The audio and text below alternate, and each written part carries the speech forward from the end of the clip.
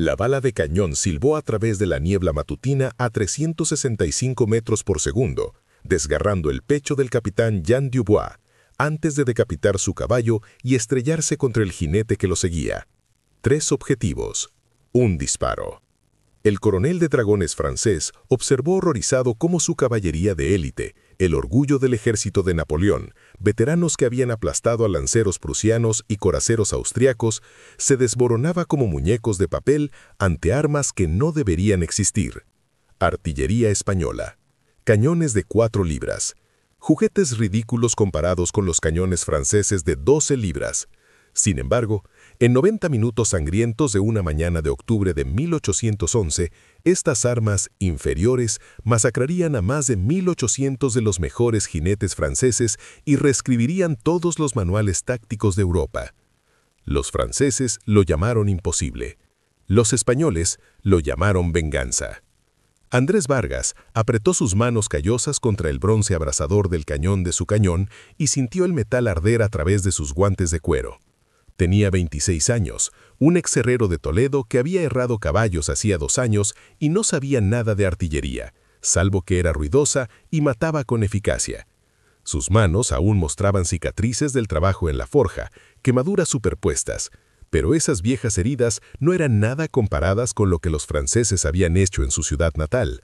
Había observado desde las colinas cómo los dragones del general Lasalle cabalgaban por la plaza del mercado de Toledo, aniquilando a cualquiera que no se moviera con la suficiente rapidez, incendiando casas por diversión, riendo mientras las familias gritaban. Su hermano menor, Javier, de 17 años, no podía matar ni una mosca, había sido pisoteado por los cascos cuando intentó proteger a su madre. Andrés recordaba cada detalle. El crujido del cráneo de Javier contra el empedrado, el sonido de los huesos al romperse, la indiferencia despreocupada del oficial francés que pasó a caballo sin siquiera mirar hacia abajo. 2 años después, Andrés ya no herraba caballos. Cargaba un cañón de 2 kilos modificado, diseñado por un oficial de artillería español medio loco al que todos llamaban el loco, y se había vuelto muy bueno matando franceses. A su lado, el sargento Diego Ruiz, de 43 años, con el rostro curtido como cuero viejo y 2 dedos amputados de la mano izquierda por un accidente con pólvora, escudriñaba el valle entre el humo acre hacia la posición francesa. Diego había sobrevivido a 4 batallas importantes, había visto morir a 3 dotaciones de artillería a su alrededor y había desarrollado una capacidad casi sobrenatural para predecir los movimientos del enemigo. 3 semanas antes, le había dicho a Andrés algo que el joven herrero repetía como una plegaria cada mañana. Los franceses creen que los cañones grandes ganan las batallas porque son más ruidosos, más pesados, más impresionantes. Se equivocan. Las batallas se ganan con cañones que se mueven más rápido, disparan más rápido y llegan donde el enemigo no los espera. No intentamos superarlos en fuerza, intentamos superarlos en inteligencia. La situación estratégica en octubre de 1811 era desesperada, casi catastrófica.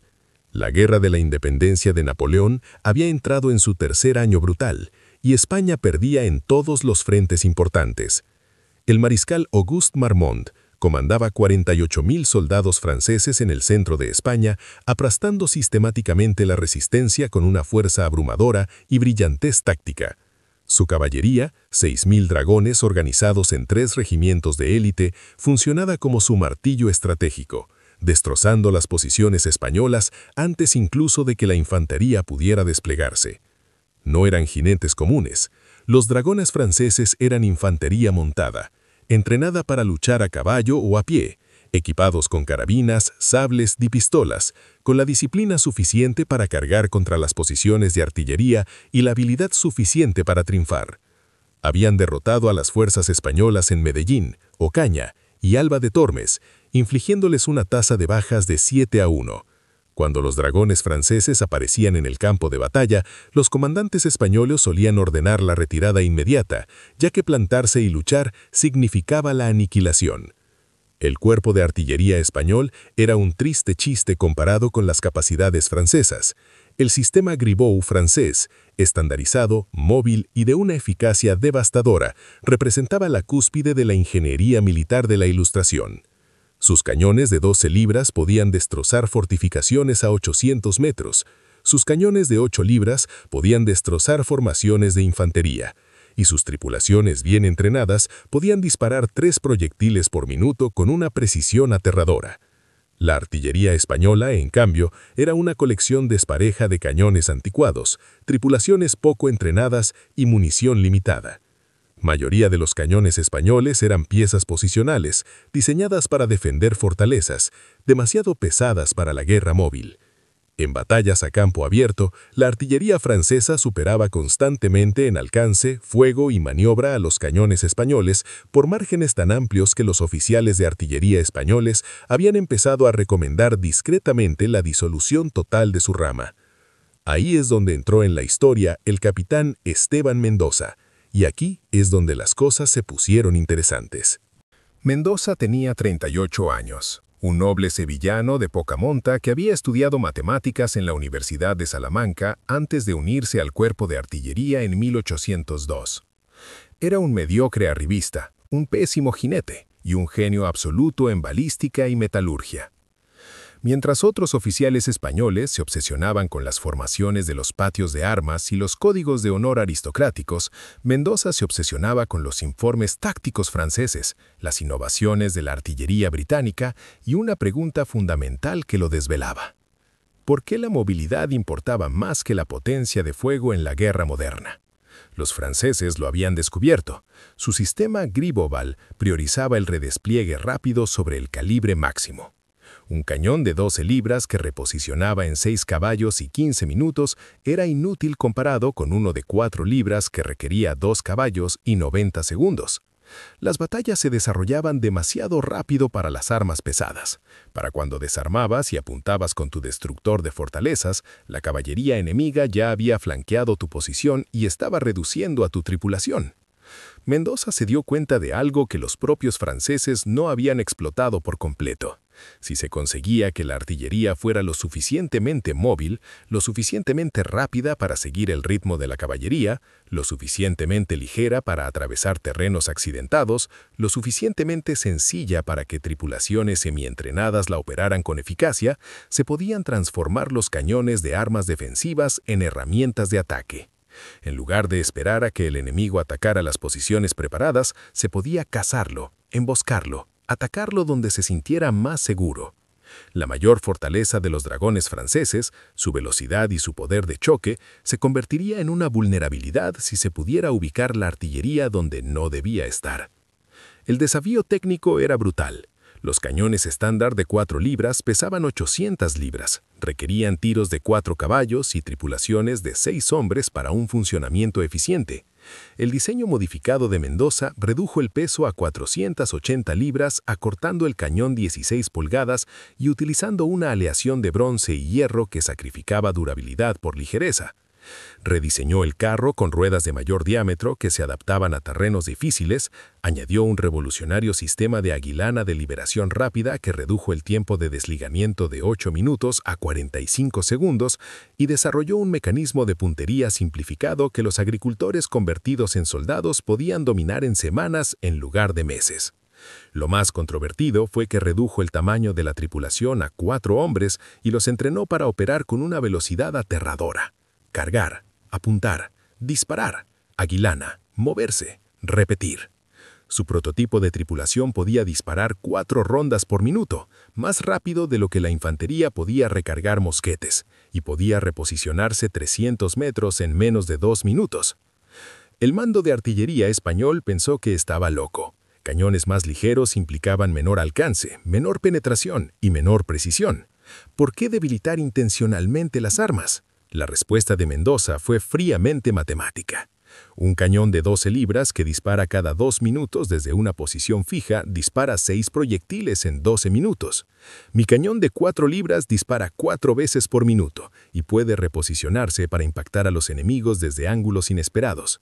En los mismos 12 minutos disparo 48 proyectiles desde múltiples posiciones de disparo. El volumen y la sorpresa derrotan al calibre en cada ocasión. Obtuvo permiso para probar su teoría con una batería experimental. 6 cañones modificados, 24 hombres, la mitad de ellos antiguos herreros, carpinteros y agricultores que jamás habían tocado la artillería. Andrés Vargas era uno de ellos. El entrenamiento era diferente a todo lo que Andrés había experimentado. El entrenamiento tradicional de artillería enfatizaba la ceremonia, los cálculos matemáticos y una distancia respetuosa con los oficiales. El entrenamiento de Mendoza era brutal, práctico y obsesivamente centrado en la velocidad. Cada mañana las tripulaciones corrían para desacoplar los cañones, cargarlos, disparar cargas de fogueo, volver a acoplarlos y reposicionarse. Mendoza cronometraba todo con un reloj de bolsillo, gritándole a cualquiera que fuera más lento que sus marcas. 45 segundos para desacoplar, 15 segundos para cargar, 10 segundos para apuntar, disparar, 12 segundos para acoplar, 90 segundos para avanzar 300 metros, repetir hasta que la memoria muscular reemplazara el pensamiento consciente. Andrés falló 63 veces en su primera semana. Sus manos de herrero sabían usar martillos, no baquetas. Su percepción espacial, perfecta para alinear herraduras, era inútil para calcular las trayectorias de la artillería.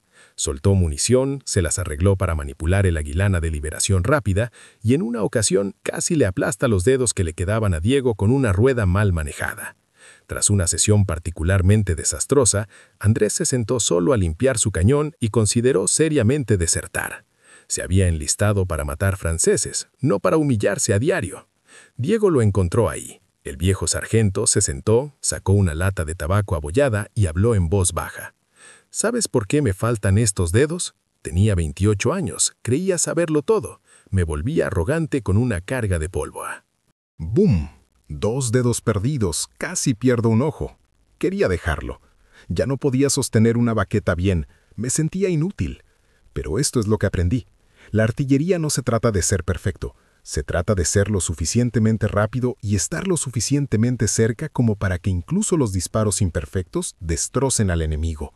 Los franceses tienen artillería perfecta operada por tripulaciones perfectas y pierden batallas porque la perfección es lenta. Estamos entrenando para ser rápidos, adaptables, impredecibles. No estás compitiendo contra artilleros franceses, estás compitiendo contra la versión de ayer de ti mismo. Sé más rápido mañana. Eso es todo lo que importa. Esa noche, Andrés tuvo una idea clara. Dejó de intentar ser perfecto. Empezó a intentar ser más rápido. Su tiempo de recarga se redujo de 28 segundos a 18.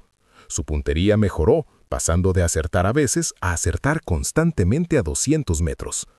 Para la 6ª semana, su equipo podía despegarse y disparar su primer proyectil en 58 segundos. Para la 10ª, lo habían reducido a 49 segundos.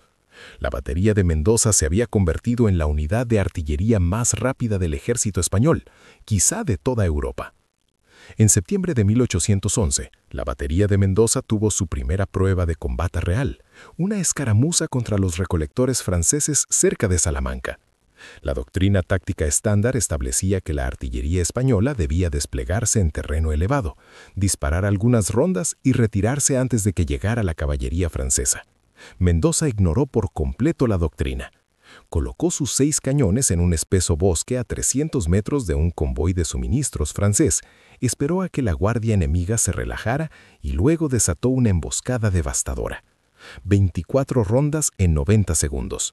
Luego sus tripulaciones se prepararon y desaparecieron en el bosque, antes de que la infantería francesa pudiera siquiera localizar su posición. Bajas: 47 soldados franceses muertos, 11 carros destruidos, 0 bajas españolas. Los informes franceses describieron el ataque como obra de al menos 20 cañones, porque no podían comprender cómo 6 cañones podían disparar tal volumen. Se corrió la voz. El loco capitán de artillería español, con cañones de una ligereza suicida, acababa de lograr algo que nadie creía posible. El mando español autorizó la expansión a 3 baterías, 18 cañones modificados, 72 tripulantes, todos entrenados en las tácticas de despliegue rápido de Mendoza. Andrés fue ascendido a cabo y se le asignó su propia dotación de artillería, incluyendo a un nervioso granjero de 18 años llamado Tomás, que nunca había estado en combate y vomitaba todas las mañanas de ansiedad. Andrés recordaba haber estado tan aterrorizado y le dijo a Tomás lo mismo que Diego le había dicho. No pretendemos ser héroes, intentamos ser rápidos. Mantente rápido, mantente vivo.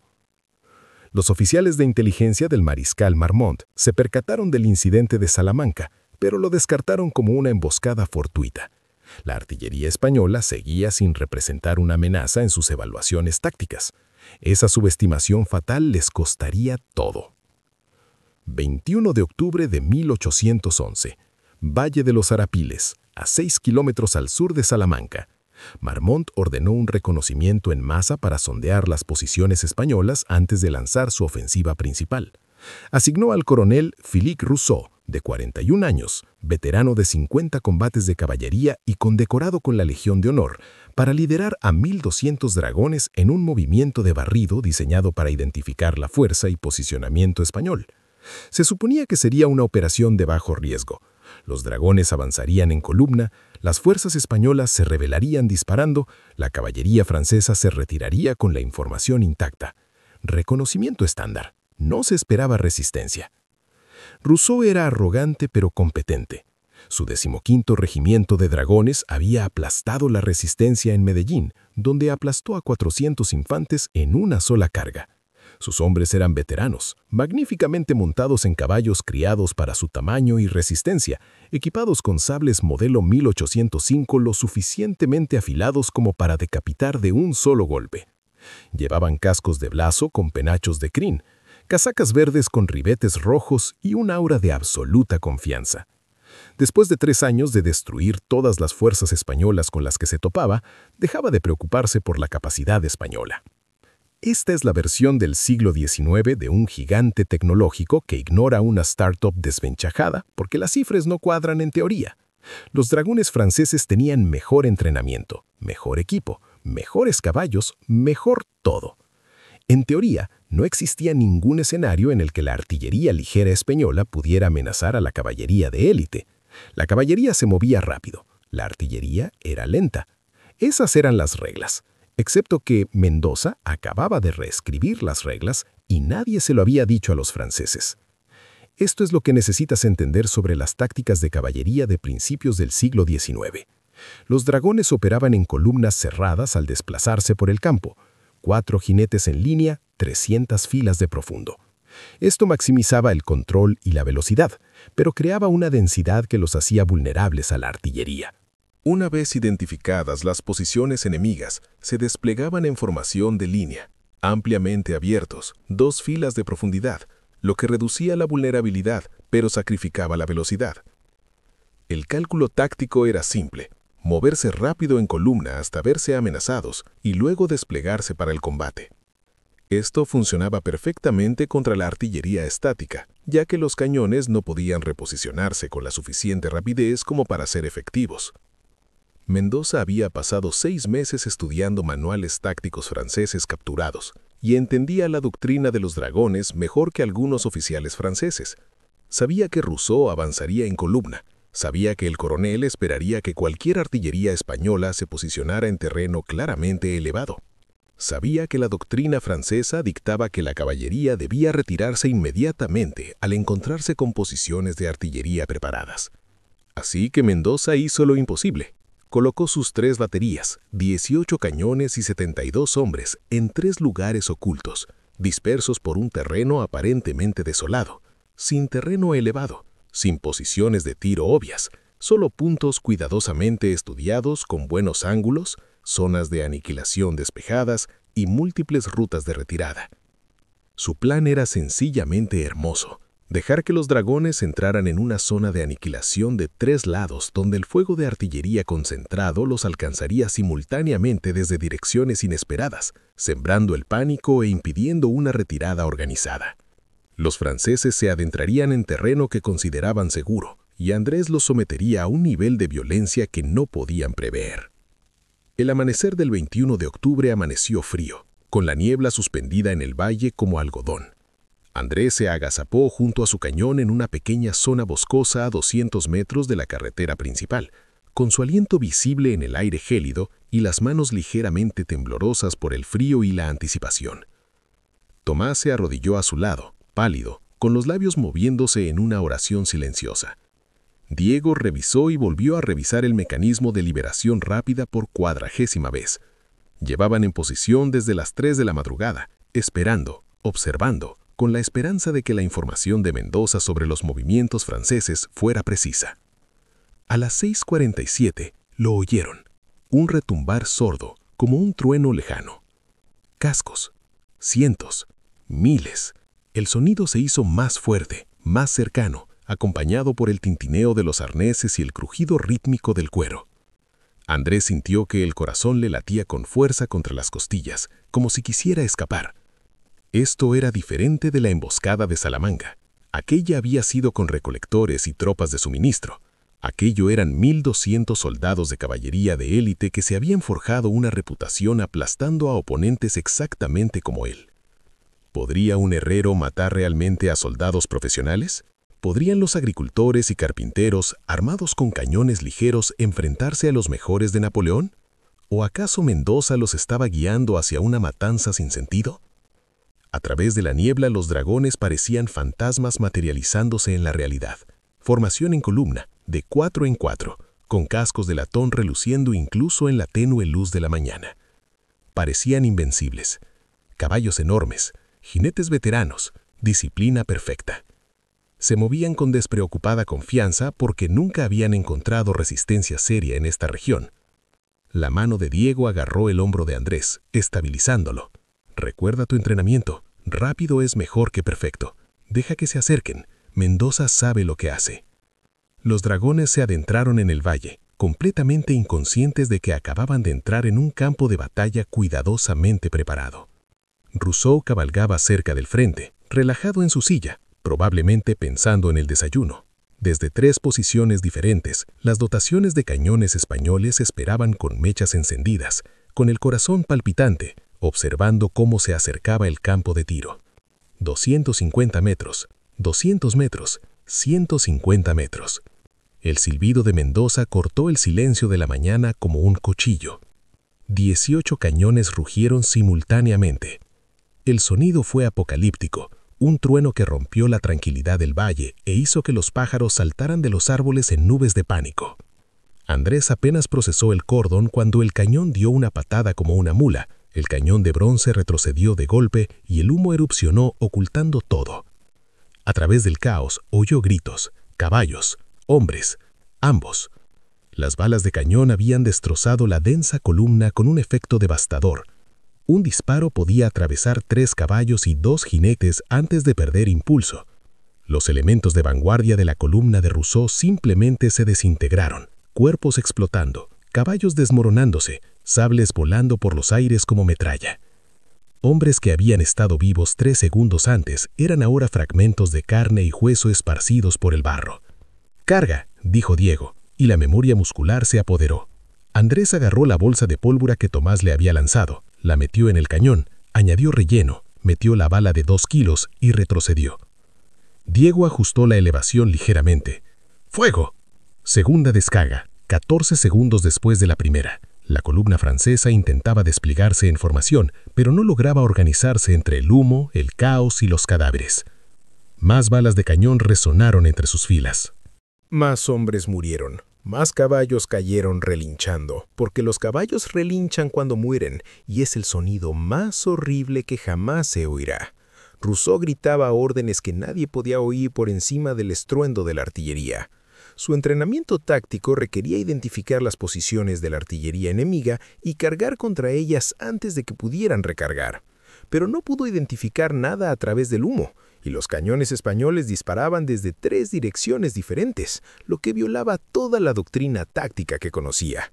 La artillería no hacía eso. La artillería se asentaba en las colinas y disparaba lentamente. Esto era algo fuera de lo común. Esto era un asesinato. Tercera descarga. Cuarta. Quinta. Andrés perdió la cuenta. Sus manos se movían automáticamente. Agarrar pólvora, embestir, cargar bala, alejarse, disparar. Le zumbaban tanto los oídos que no oía nada más que un agudo zumbido. El cañón brillaba al rojo vivo. El humo llenaba el aire tan denso que no podía ver a 10 metros. Pero siguió cargando, siguió disparando, porque detenerse significaba pensar, y pensar significaba sentir, y no quería sentir nada de lo que estaban haciendo. Tras 6 minutos de fuego continuo, el silbato de Mendoza sonó 2 veces, la señal para agilizar y reposicionarse. La tripulación de Andrés abandonó su posición de tiro como lo habían hecho 1000 veces en el entrenamiento. Diego accionó el mecanismo de liberación rápida. 2 tripulantes levantaron la trocha, Tomás adelantó a los caballos, 42 segundos después se dirigían a su posición secundaria, 300 metros al sur.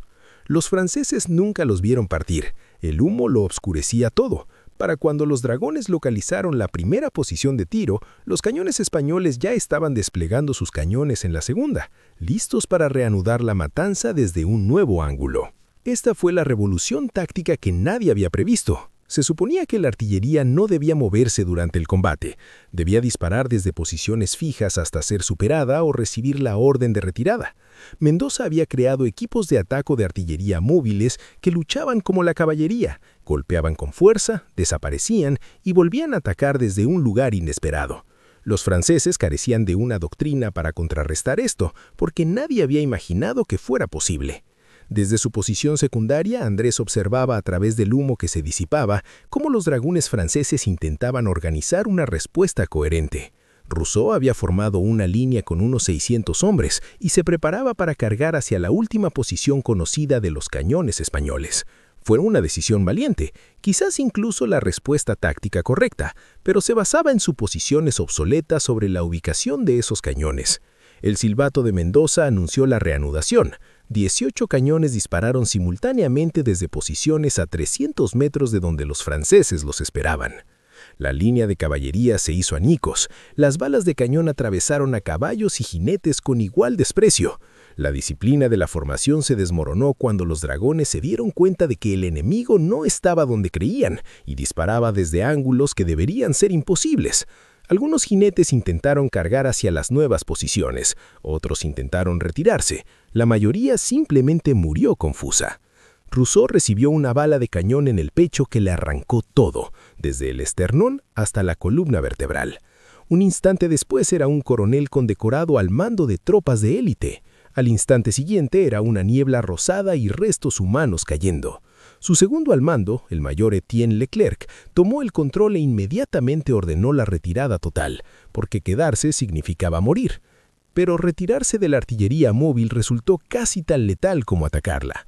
Las tripulaciones de Mendoza se prepararon de nuevo, se reposicionaron para cortar las rutas de retirada y atacaron a los dragones que huían con una eficacia despiadada.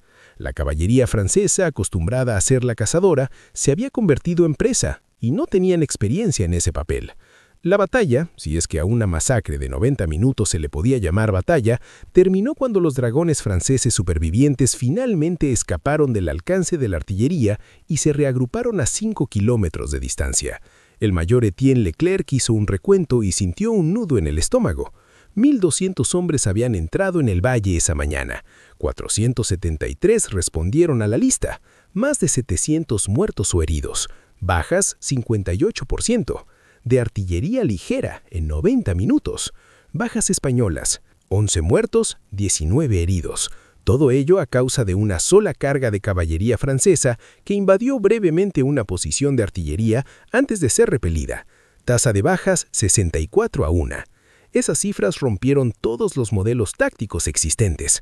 La artillería y la caballería solían favorecer a la caballería si lograba acortar la distancia antes de sufrir pérdidas excesivas, pero la artillería móvil, capaz de disparar 4 proyectiles por minuto y reposicionarse más rápido de lo que la caballería podía adaptarse, había dejado obsoleta toda la doctrina de caballería francesa. Andrés se sentó bajo su cañón tras la retirada francesa. Las manos temblaban tanto que no podía sostener la cantimplora. La adrenalina se le estaba acabando y la realidad se estaba imponiendo. Había matado gente hoy, mucha gente. Veía cadáveres esparcidos por el valle. Hombres que habían estado vivos esa mañana, que probablemente tenían familia, que habían muerto porque él había tirado repetidamente de un cordón mientras sus amigos gritaban. La venganza con la que había fantaseado durante 2 años no se parecía en nada a lo que había imaginado. Se sentía vacía, enfermiza y errónea, a pesar de estar completamente justificada. Diego se sentó a su lado y guardó silencio durante un buen rato. Finalmente, la primera vez siempre es la más difícil. Crees que te sentirás bien porque se lo merecen. No es así. Matar nunca se siente bien. Simplemente se siente necesario. Los franceses mataron a tu hermano, quemaron tu ciudad, nos matarían a todos si pudieran. Esto es la guerra, no podemos sentirnos bien con ella, solo podemos sobrevivir. Tomás vomitaba detrás de un árbol. No de miedo esta vez, de horror por lo que había hecho. El granjero que nunca había hecho daño a nadie acababa de ayudar a masacrar a 700 hombres. Mendoza caminaba entre sus tripulaciones, revisando armas, evaluando bajas, con el rostro impasible. Al llegar a la posición de Andrés, se detuvo. Lo hicieron bien, cabo. Todos ustedes.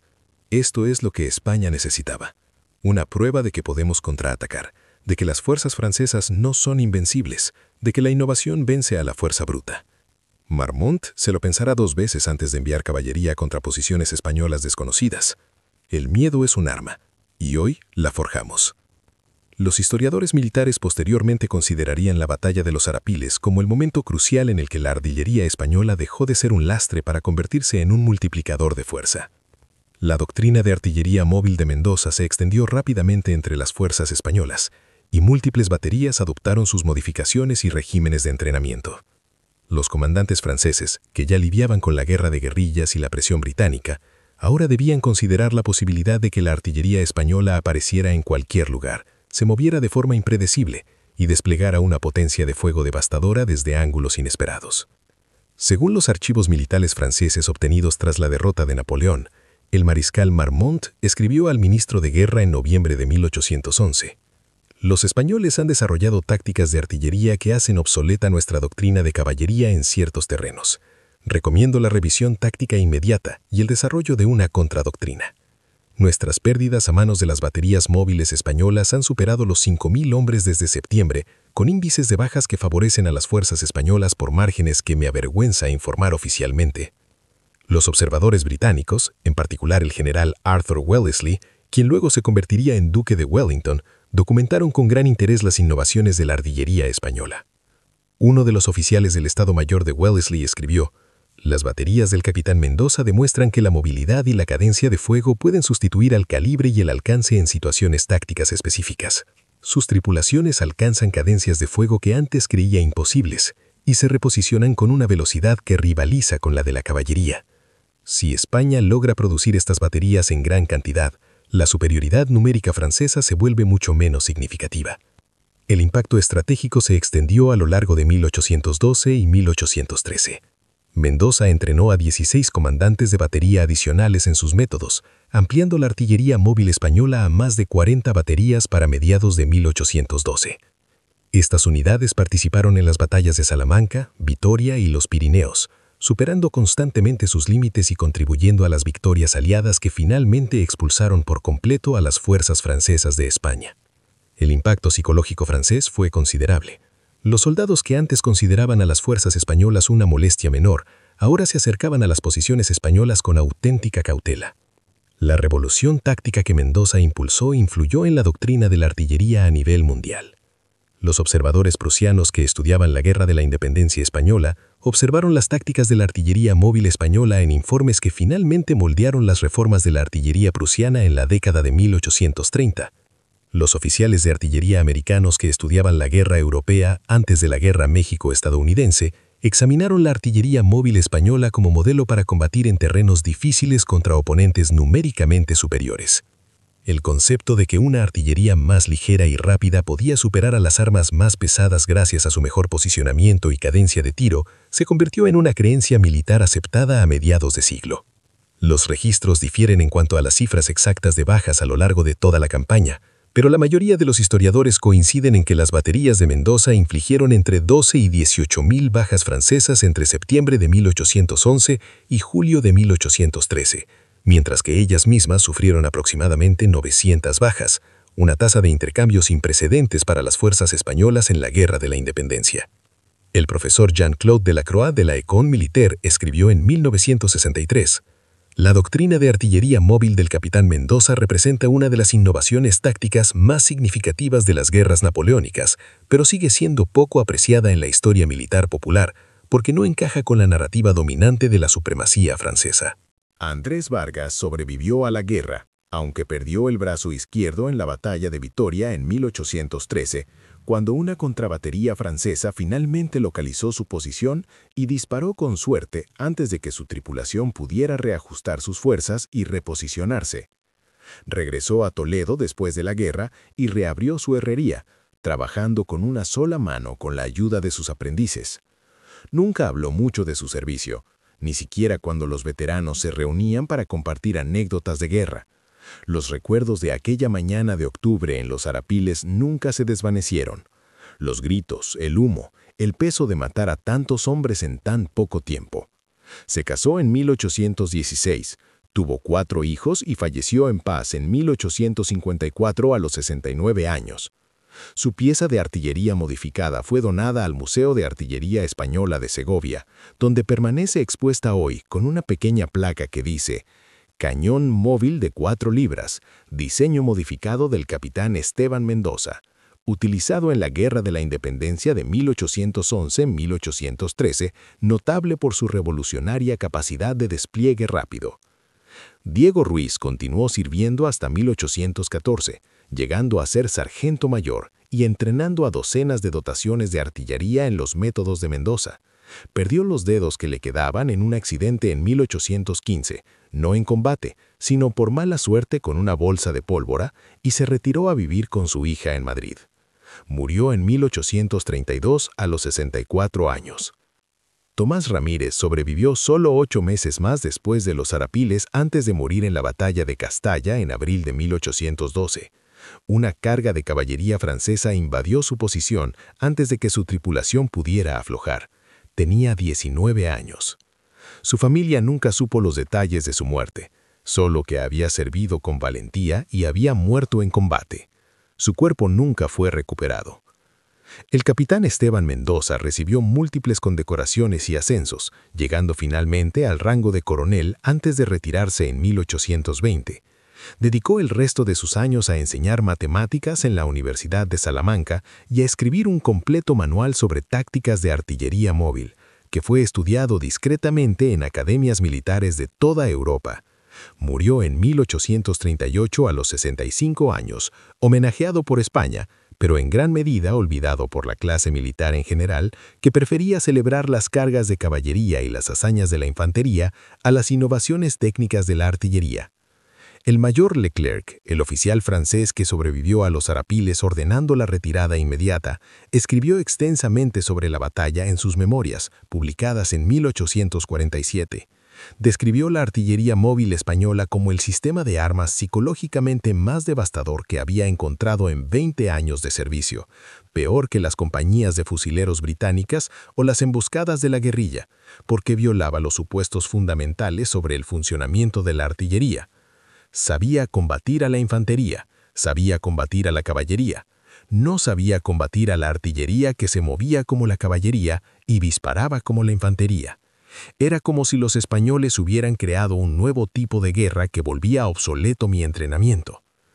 Los regimientos de dragones franceses finalmente se adaptaron, desarrollando contratácticas que enfatizaban las formaciones dispersas y el reconocimiento rápido para identificar las posiciones de artillería antes de lanzar ataques. Sin embargo, estas adaptaciones tardaron en desarrollarse e implementarse, y mientras tanto, la artillería móvil española continuó infligiendo bajas desproporcionadas durante 1812 y 1813. Para cuando las fuerzas francesas desarrollaron contraataques efectivos, se estaban retirando de España por completo bajo la presión combinada de británicos, españoles y portugueses. Los analistas militares modernos reconocen la artillería móvil de Mendoza como precursora de tácticas del siglo XX como la artillería de disparo rápido, ampliamente utilizada durante la Segunda Guerra Mundial y posteriormente. El principio fundamental, que la movilidad y la sorpresa pueden sustituir a la potencia de fuego, que las armas más ligeras, correctamente empleadas, pueden derrotar a los sistemas más pesados, que la innovación supera a la tradición, sigue siendo relevante en la guerra contemporánea. Piénselo así. Mientras la maquinaria militar de Napoleón se basaba en una fuerza abrumadora y una doctrina establecida, España respondió con agilidad y creatividad. Es la misma dinámica que se observa cuando las fuerzas insurgentes, utilizando artefactos explosivos improvisados y tácticas de ataque relámpago, frustran a ejércitos convencionales tecnológicamente superiores. Cuando no se puede ganar jugando su juego, se cambia el juego por completo. La historia de cómo agricultores y herreros, armados con armas supuestamente inferiores, acribillaron a la caballería de élite de Napoleón no es solo historia, sino un ejemplo de guerra asimétrica que se ha replicado desde Afganistán contra los soviéticos hasta la resistencia vietnamita contra las fuerzas americanas. Quienes se enfrentan a adversidades imposibles no ganan igualando la fuerza del enemigo, ganan explotando las debilidades del enemigo que ni siquiera el pensamiento militar convencional puede percibir como tales. Esto es lo que nadie enseña en clase de historia sobre las guerras napoleónicas. Francia no perdió España por falta de fuerza, perdió porque siguió luchando de la misma manera mientras España seguía adaptándose. Mendoza, Andrés, Diego, Tomás no eran genios militares, eran hombres desesperados, dispuestos a cuestionar las suposiciones e intentar algo diferente, y esa disposición cambió la historia en maneras que las academias militares francesas aún se avergüenzan de reconocer. Andrés Vargas, Diego Ruiz, Tomás Ramírez, Esteban Mendoza. Olvidarás estos nombres en 5 minutos, pero si no le das a me gusta, no te suscribas, el algoritmo de YouTube también lo olvidará. Decidirá que esta historia no vale la pena mostrarla a otros. Tú decides, mantener vivos a estos héroes olvidados o dejar que desaparezcan para siempre. Un me gusta equivale a un saludo a los guerreros olvidados por la historia. Suscríbete para no perderte nunca estas historias enterradas. Comenta saluda si crees que merecen ser recordadas. La batalla de los Arapiles fue solo el comienzo. 3 meses después, las baterías de Mendoza se desplegaron para defender un paso de montaña crucial contra 8.000 infantes franceses apoyados por artillería pesada. Lo que sucedió allí hace que los Arapiles parezca un ejercicio de entrenamiento. Las innovaciones tácticas que Mendoza desarrolló durante esa desesperada defensa revolucionaron la guerra de montaña y fueron clasificadas por el ejército español durante 30 años por considerarse demasiado efectivas como para arriesgarse a que potencias extranjeras aprendieran las técnicas. Lo revelaré en el próximo video, pero solo los suscriptores reciben la notificación. Comenta la segunda parte si quieres la historia completa. Si llegamos a los 1000 comentarios, la subiré la semana que viene. Demuestra que no eres solo un espectador. Forma parte de esta comunidad de guerreros de la historia. Suscríbete ahora. Los franceses creían que las armas pesadas y la caballería pesada ganaban las guerras. España les enseñó que la velocidad y la innovación siempre superan la tradición. 180 kilos de bronce. 72 hombres que nadie esperaba que importaran. 90 minutos que reescribieron la guerra táctica. Esto realmente ocurrió. El Museo de Segovia aún conserva los cañones. Los archivos franceses aún conservan los informes de bajas. Y las academias militares aún estudian la doctrina de Mendoza con otros nombres. Porque reconocer que los irregulares españoles superaron en innovación a la maquinaria militar de Napoleón no encaja con la narrativa dominante. Pero ahora sabes la verdad. Y eso importa.